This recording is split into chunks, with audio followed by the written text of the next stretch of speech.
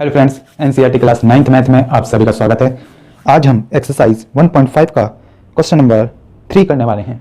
तो अगर आप चैनल पर नए हैं तो चैनल को सब्सक्राइब कर लीजिए और लाइक शेयर तो बनता है, और बेल नोटिफिकेशन को और पे सेट कर दीजिएगा ताकि आपको आने वाली हर एक वीडियो का नोटिफिकेशन सबसे पहले मिल जाए। तो चलिए क्लास स्टार्ट करते हैं।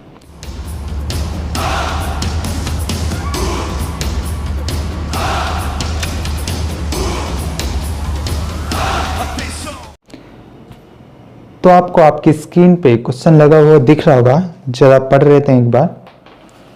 प्रश्नावली कौन सा 1.5 का थर्ड क्वेश्चन एक बार पढ़ता हूं मैं जरा। आपको याद होगा कि पाई पता है ना पाई कैसे बनता है, वही है, देखो लिखा हुआ भी अलग से। पाई को एक वृत्त की परिधि मान लीजिए C, और उसका व्यास मान लीजिए D के अनुपात में परिभाषित किया जाता है, अर्थात पाई C/D है। यह इस तथ्य का अंतर्विरोध करता हुआ प्रतीत होता है कि पाई अपरिमेय है। इस अंतर्विरोध का निराकरण आप किस प्रकार करेंगे? देखो, क्वेश्चन अगर आपको पढ़ने में समझ में नहीं आ रहा है, दिक्कत हो रही है कि बड़ा लग रहा है, समझ नहीं है, तो घबराने की कोई जरूरत नहीं है, टेंशन मत लो, ठीक है। फर्स्ट बारी में ये समझ में नहीं आएगा, लेकिन अब जैसे मैं आपको इस पे कुछ की पॉइंट्स दूंगा तो आपको बहुत अच्छे से समझ में आएगा। अब देखो वो क्या है। नॉर्मली बोला जा रहा है कि जो पाई होता है,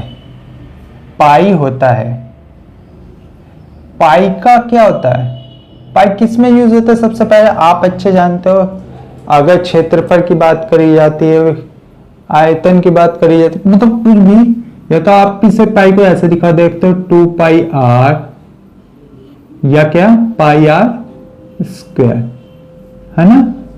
और ये किस पे बात होती है? वृत्त के अंदर की ये बात है। और वृत्त के जो होते हैं त्रिज्या कहां से कहां तक होती है? यहां से यहां तक। और ये अगर पूरा इतना ले लेता हूं तो इसे बोल देते हैं क्या? व्यास या डायमीटर, इंग्लिश में बोलते हैं डायमीटर, D से रिप्रेजेंट किया जाता है, ठीक। और अगर परिधि की बात करते हैं, परिधि क्या होती है? ये जो वृत्त का ये वाला हिस्सा होता है, जो ये चल रहा है, ये देख लो, ये कॉर्नर वाला, सिर्फ ये क्या होती है? परिधि होती है, वृत्त की परिधि होती है। अब बात करी जा रही है वृत्त की परिधि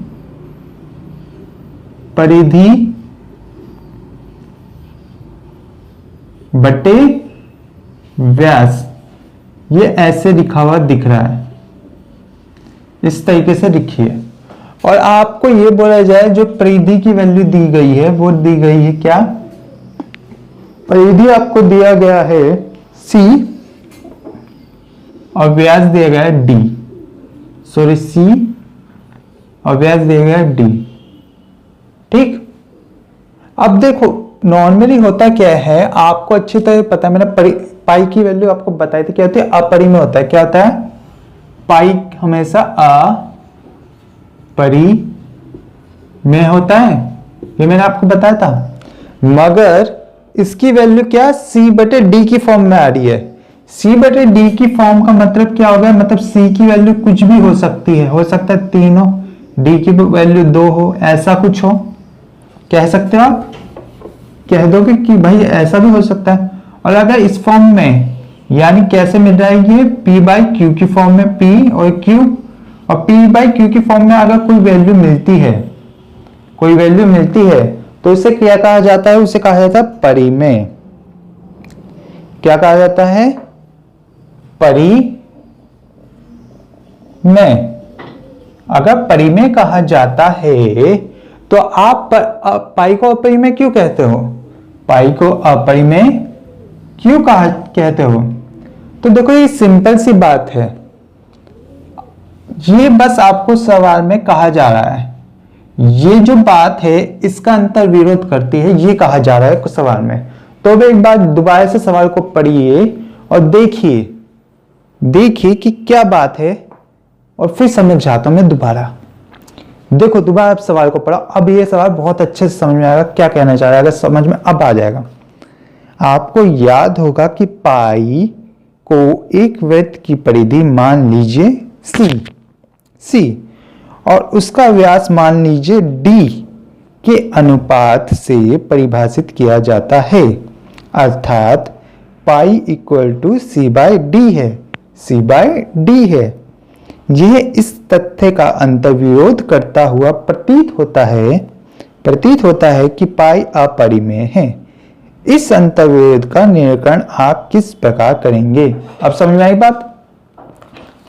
अब इसे अच्छे से मैं समझाता हूं कि मैं पाई को अपरिमेय क्यों बोलता हूं और ये परिमेय हो रही है तो इसका अंतर्विरोध क्यों कर रही है। नॉर्मली अगर मैं बात करता हूं स्केल, हाँ स्केल को देखो, सबसे पहले यह आपने कह दिया ये 3 एग्जैक्ट वैल्यू है, 2 एग्जैक्ट वैल्यू, मगर क्या ऐसा संभव है? क्या ऐसा संभव है? ये रहा आपके पास स्केल, ये 1 है, ये 3 है। तो अगर मैं यहां से रख के इस तरीके से अगर ड्रॉ करूंगा, ठीक, ये वाला पोर्शन, इसे मैं जूम आउट कर दूंगा थोड़ा, ये वाला जो आप पोर्शन देख रहे हो, तो क्या होता है इस पोर्शन को गौर से अगर आप देखोगे तो क्या ये बिल्कुल एग्जैक्ट 3 वैल्यू होगी? बिल्कुल एग्जैक्ट क्या 3 वैल्यू हो सकती है? थोड़ा और बड़ा देख लेते हैं। मान लीजिए ये 10 सेंटीमीटर मान लो, इतना मान लो, थोड़ा दिख नहीं रहा होगा तो ये मान लो समथिंग यहां तक 20 तक मान लो, 20 तक मान लो, ये 20 सेंटीमीटर का बोल दिया मैंने, इसके से माप किया। तो एक बात बताओ, इससे पहले एक्सरसाइज मैंने आपको बताया था, क्या बताया था कि यहां वाले पॉइंट को अगर क्या लगा के, लेंस लगा के आप जूम करते हो तो यहां पे कुछ भी होगा पॉइंट के बाद 1 2 9 6 9, मतलब ऐसी कोई वैल्यू मिलती है, मतलब एग्जैक्ट वैल्यू नहीं मिल पाती, कुछ ना कुछ तो आगे चलता हुआ मिलता ही रहता पॉइंटों के फॉर्म में। जितना मापा उतना तो नहीं हो सकता, पेन हल्का सा आगे खींचे, बिल्कुल माइनर केस में, तो उसकी वैल्यू पूरी क्या हो जाएगी? चेंज हो जाएगी। और जैसी अगर चेंज होती है तो ये 3 ना होके क्या हो सकता है आपका? ये 3 हो सकता है आपका 3.1269, ऐसी 2.394, ऐसे कुछ भी हो सकता, मतलब एग्जैक्ट हो ही नहीं सकता, कुछ ना कुछ तो एरर होगी, जरा से छोटी छोटी एरर होगी। और अगर ऐसी कंडीशन होती है और ऐसी पॉइंटों की फॉर्म में अगर चल रहा है तो वो क्या आ जाता है? अशांत हो जाता है। और जब भी किसी अशांत को अशांत से आप डिवाइड करते हो, अशांत दशमलव प्रसार को अशांत दशमलव प्रसार से अगर आप डिवाइड करोगे तो वो कभी भी परिमेय नहीं कहलाएगी, वो क्या होती है? अपरिमेय होती है। ये बात अपने माइंड में रख लेना, ठीक? तो इसलिए मैं इसे अपरिमेय कह सकता हूं। तो क्या हम सर ऐसे सॉल्व करके दिखाएंगे एग्जाम में? नहीं, आपको ऐसा नहीं करना। पहली बात एग्जाम में नहीं आएगा, ये आपके समझने के लिए पॉइंट था। और अब मैं बताता हूं इसे आपको करना कैसे। आपको इस पे सिर्फ लाइन लिखनी, ये सब मैंने समझाने के लिए किया था। आपको इस पे लाइन लिखनी होगी, वो आपकी बोर्ड पे स्क्रीन पे लगी हुई दिख जाएगी। मैं एक बार पढ़ देता हूं इसे जरा, और आप अच्छे से समझ पाएंगे। उपरोक्त कथन का कोई अंतर्विरोध नहीं है, क्योंकि जब हम किसी स्केल या अन्य युक्ति से परिधि या व्यास मापते हैं तो वो इनके सन्निकट वैल्यू होती है, सन्निकट होती है, मान होता है, शुद्ध नहीं होता। ये बात आपको लिखनी होगी, ठीक है? तो आशा करता हूं आपको क्लास समझ में अच्छे से पसंद आई होगी, और आखिर में पसंद आई है तो चैनल को सब्सक्राइब कीजिए और लाइक शेयर तो बनता है। चलिए नेक्स्ट क्लास में मिलेंगे, तब तक के जय हिंद, जय भारत।